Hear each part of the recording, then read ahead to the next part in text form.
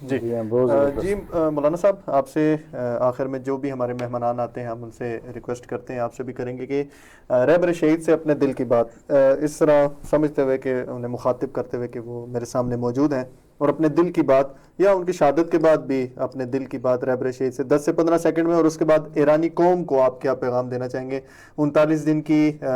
2 ایٹمی طاقتوں کے ساتھ انہوں نے جنگ لڑی، 160 میناب اسکول میں بچیوں کی قربانی دی، اور ہزاروں کی تعداد میں انہوں نے قربانیاں دیں، زخمی ہوئے، بلڈنگز اور ان تمام ان کی تباہ ہو گئیں، سڑکوں پہ ابھی بھی کروڑوں کی تعداد میں موجود ہیں۔ امت مسلمہ کے لیے آپ کہنے غزہ کے بچوں کے لیے، لبنان کے بچوں کے لیے کیا پیغام دینا چاہیں گے؟ میرے بھائی دیکھیں، یہ خامنۂ شہید رحمۃ اللہ علیہ جو ہے، میں خود اہل سنت ہوں اور پھر دیوبند ہوں، یہ زمانہ کا مطالعہ کیا تھا، ان کو سنا تھا۔ البتہ جب سے ایران اور غزہ کی، جب سے ایران اور امریکہ کی وہ جنگ میں نے بیچ میں دیکھا کہ یہ کیوں ہو رہی ہے، تو پھر ایران نے ہمیشہ غزہ کا ساتھ دیا، تو اس وقت میں نے اس شخصیت کو پہچان لیا، اور حقیقت یہ تھی کہ وہ ایک بہادر انسان تھے، اور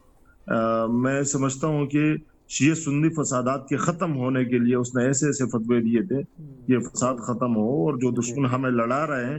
تاکہ دشمن کا جو سوچ اور فکر ہے اس کو نیست و نابود کر دے۔ یہ تو ایک ایسی شخصیت تھی کہ جو صرف سنیوں شیعوں کی نہیں بلکہ باشعور سنیوں کا بھی لیڈر تھا۔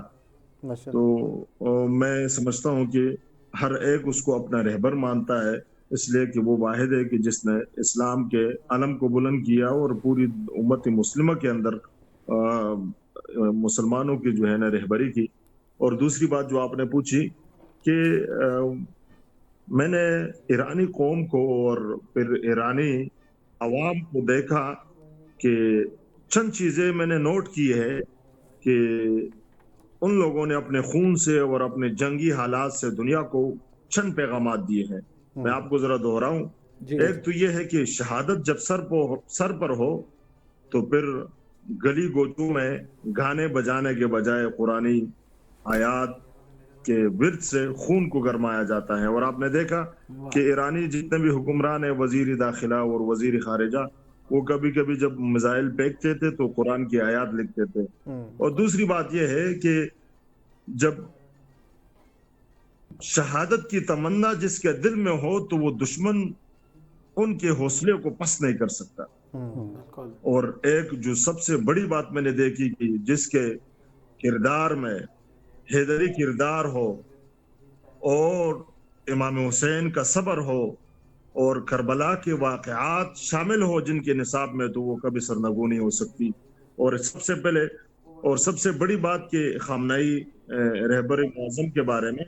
کہ جو خود شہادت سے عشق کرتا ہو تو اس کا کردار بھی مثالی ہوتا ہے،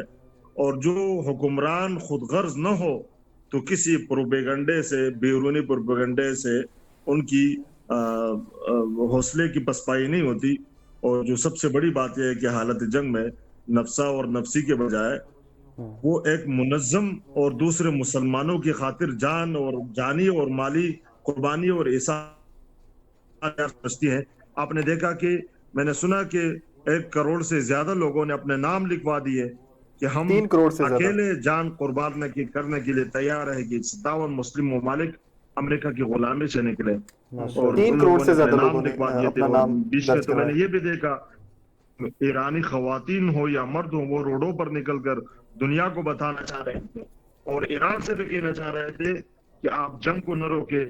اس لیے کہ بھئی ہم نے بدلہ لینا ہے، ہم نے غزہ کا بدلہ لینا ہے، ہم نے فلسطین کا بدلہ لینا ہے، اور خصوصی ہم اپنے حکمرانوں کی جو شہید ہوئے